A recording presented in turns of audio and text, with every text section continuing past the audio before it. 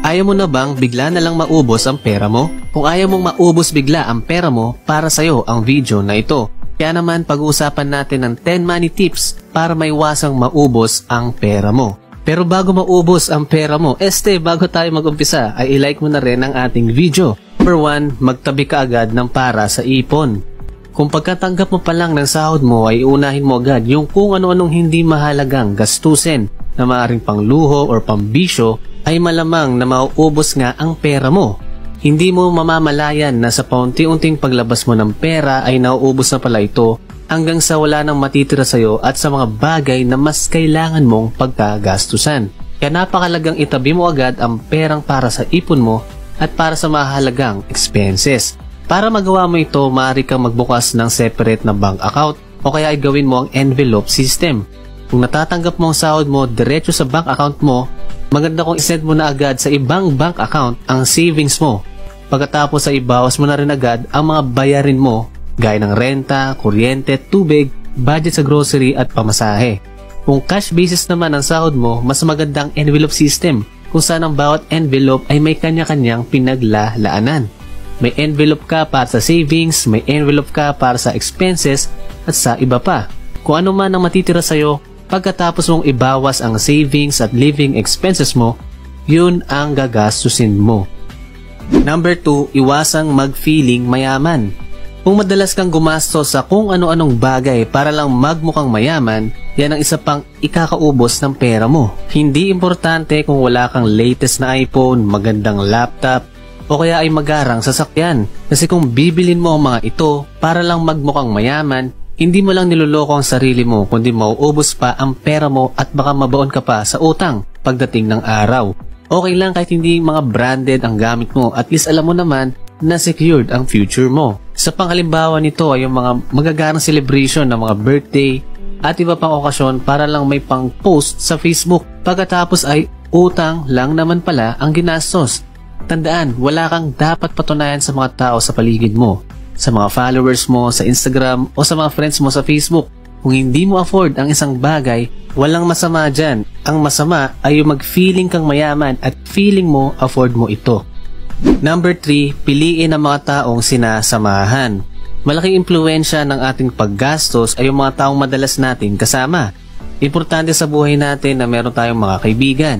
Pero mahalaga rin na ang iyong mga kaibigan ay kasama mo hindi lang sa mga kasiyahan o inuman, kundi pati na rin sa pag-abot mo ng iyong goals sa buhay. Halimbawa, nagtitipid ka, pagkatapos ay nag-ayang lumabas ang iyong barkada. Dapat ay komportable kang sabihin sa kanila na hindi ka makasama dahil nagtitipid ka. Kung mga taong nasa paligid mo ay mga totoong kaibigan, I'm sure maintindihan ka nila. Kung magagalit naman sila sa iyo o magsusumbatan ka ng kung ano-ano, mag-isip-isip ka na. Ang mga ganitong tao kasi ay yung may mindset na YOLO o you only live once. Well, wala namang masama kung ititreat mo ang sarili mo paminsan-minsan, pero wag naman araw-araw. Dahil kung hindi ka naman mayaman, dapat matuto ka rin magtipid at dumistansya sa mga ganitong tao pansamantala habang binubuo mo pa ang iyong sarili. Huwag mong pilitin ang sarili mo na makipagsabayan sa mga tao sa paligid mo. Oo, totoo nga naman ang YOLO, you only live once. Pero totoo rin ang YAGO, you also grow old. Baka sa kaka-YOLO mo, magising ka na lang, matanda ka na at wala man lang na ipon na pera sa buhay mo. Kaya mahalagang piliin mo ang mga taong nakakasama mo. Mas okay na siguro yung sacrifice now and enjoy later kaysa naman enjoy now and sacrifice later.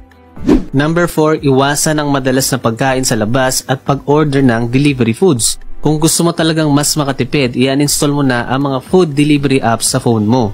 Wala namang masama na i-treat ang sarili mo paminsan-minsan, pero kung ang goal mo kasi ay makatipid, iwasan mo na muna ang madalas na pagkain sa labas at pag-order ng pagkain. Halimbawa, sa pag-order mo ng kape o milk tea na halagang 150 pesos sa loob ng 5 araw sa isang linggo, halos 3,000 pesos din ang aabuti ng gastos mo sa isang buwan. Hindi pa kasama yung mga delivery fee. Kung ilalaan mo ito sa pang-grocery at magluluto ka na lang, bukod sa mas makatipid ka, ay makakain ka pa ng masustansya. Number 5, iwasan ang pagsusugal. Tayo mga Pilipino kasi mahilig tayo sa mga easy money. Kaya siguro ay patok na patok dito ang kung ano ng sugal gaya na lang ng online sabong na sikat ngayon.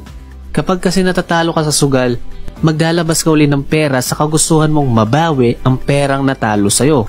Hanggang sa di mo namamalayan na ubos na ang pera mo. O kung nananalo ka naman, kadalasan ay kakainin ka ng pagiging gahaman at isusugal mo ulit ang napanalunan mo para mas lumaki ito hanggang sa matalo ka na at maubos ulit ang pera mo. Kaya kung ayaw mong masaid ang pera mo, iwasan mo ang pagsusugal. Number 6, iwasan ang impulsive buying. Kung madalas kang maging biktima ng impulsive buying o yung padalos-dalos na pagbili, ang isang teknik para maiwasan nito ay tanong mo ang mga bagay na ito sa sarili mo bago ka bumili ng kahit na ano. Number 1, kailangan ko ba talaga ito? Baka kasi nakukuitan ka lang, di ba? Number 2, may budget ba ako para dito? Baka kasi wala ka namang ekstrang pera at maapektuhan ang budget mo kapag binili mo ito. Number 3, afford ko ba itong bilhin ng cash?